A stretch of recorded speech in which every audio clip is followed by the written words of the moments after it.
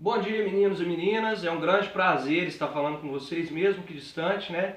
Por conta dessa pandemia, por conta do coronavírus, nós estamos aí mantendo essa distância, né? O bom seria se eu tivesse aí em sala de aula com vocês, a gente trocando aquele papo bacana, né? A aula, vocês são extremamente participativos, o ideal seria isso. Mas, conforme eu disse, não está sendo possível durante esse período, eu vou gravar uma videoaula. Quero de antemão pedir desculpa para vocês, porque eu não sou nenhum profissional da área aí de filmagem, né?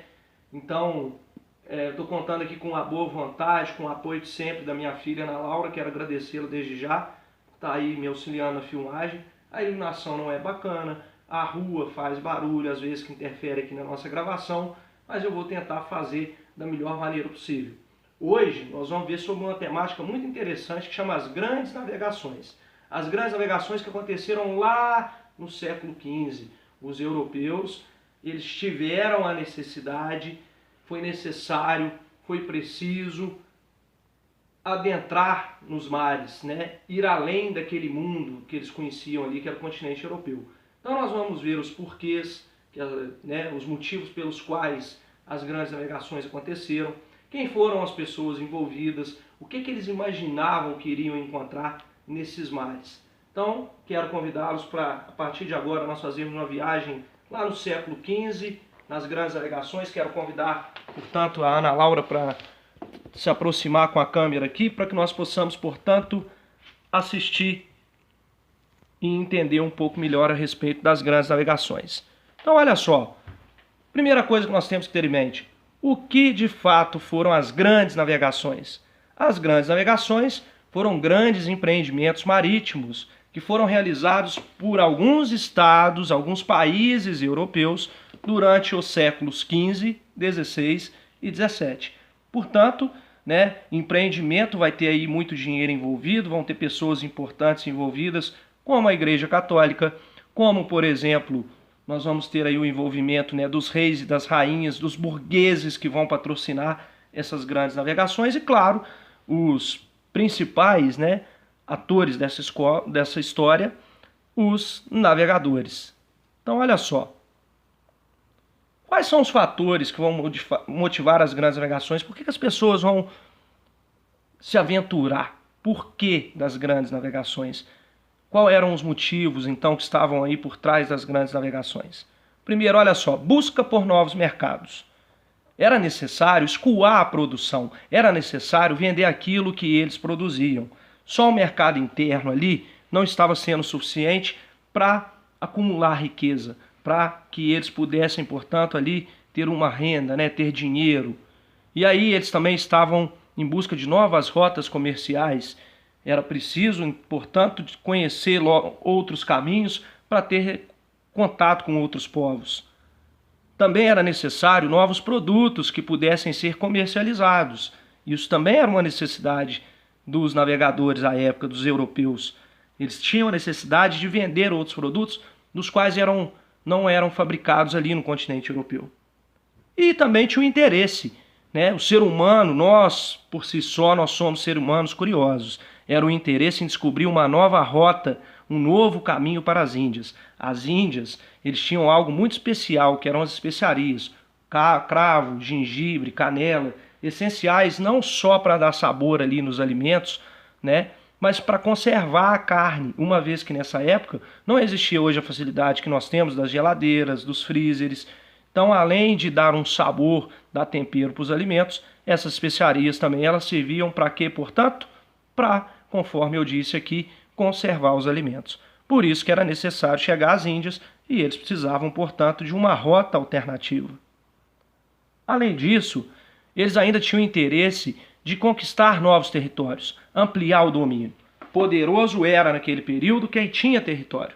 Então, quanto mais território eu tenho, quanto mais pessoas eu tenho sobre o meu comando, sobre a minha jurisdição, mais poderoso eu sou. Então é necessário ir além do continente europeu. E olha só, conforme eu já havia dito, eles tinham interesse em aumentar os lucros, e isso só era possível se, por exemplo, eles conseguissem aumentar esse número, né, de clientes, aí, de pessoas que iriam consumir o que eles produziam. era necessário também conseguir matérias-primas. Para quê? Matéria-prima, tudo que a gente consome, né, tudo que a gente utiliza, vem da natureza. Então, né, estava ficando escasso, essas matérias-primas estavam ficando escassas. Era preciso procurar além daquele local do qual eles encontravam ali, estava acabando essas matérias-primas. Então, o que eles vislumbravam? O que eles viam?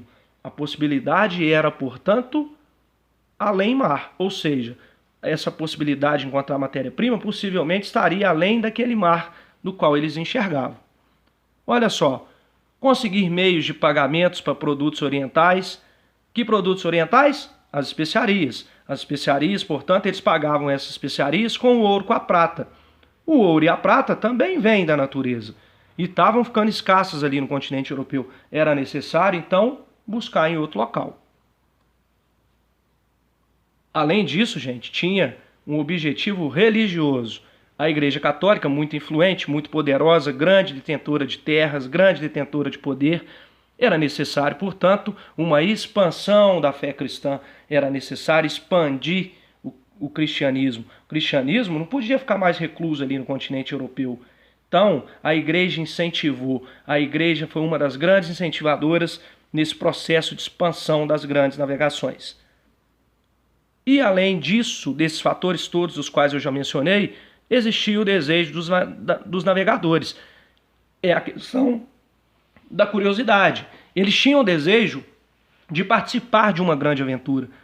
Navegar era uma grande aventura. Entrar naquele mar desconhecido para os navegadores era algo novo, era algo desafiador. Eles imaginavam que podiam encontrar no meio do caminho com grandes monstros marinhos que podiam ali pegar com a boca, né, engolir aquelas embarcações, aquelas caravelas, né, aquelas naus da qual eles estavam ali utilizando para chegar no seu destino. Então também esse espírito aventureiro fazia parte aí das grandes navegações. Tinha também o desejo de conhecer novos lugares. Qual ser humano não quer conhecer um lugar novo, um lugar desconhecido?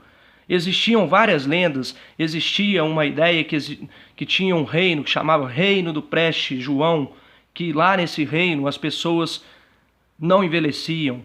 O próprio Preste João, né, esse homem, esse ser mítico, ele tinha mais de 500 anos. Lá estaria a fonte da eterna juventude. Então eles queriam encontrar esse lugar. Eles queriam navegar por mares nunca antes navegados, que era algo novo. Hoje a gente se localiza muito rápido. O GPS nos leva aonde nós quisermos. Antes não era assim que funcionava. Antes, né, existia essa ideia, então, que navegar era perigoso, era impreciso, tinham que enfrentar tempestades, tinha questão imaginária, né? Vamos encontrar monstros ali no meio do caminho, o que nos espera? Aí olha só, até o século XV os europeus tinham um conhecimento limitado do mundo. Eles conheciam apenas parte da África e da Ásia. Prestem atenção, conheciam apenas parte da África e da Ásia, e a América e a Oceania eram totalmente desconhecidas até então para os europeus. E aí, é isso que nós vamos ver no nosso próximo vídeo. Nós vamos dar sequência depois nessa aula. Espero que vocês tenham entendido até aqui, né? Nós vamos ver então que depois os europeus eles vão enfrentar esses mares, vão enfrentar, né, esses monstros imaginários, esses perigos reais. E aí nós vamos ver quais foram os pioneiros, né? Quais foram, então, quem apoiou essa grande aventura, quem foram as pessoas, os principais atores envolvidos nas grandes navegações. Espero que vocês tenham gostado até aqui e até o próximo vídeo.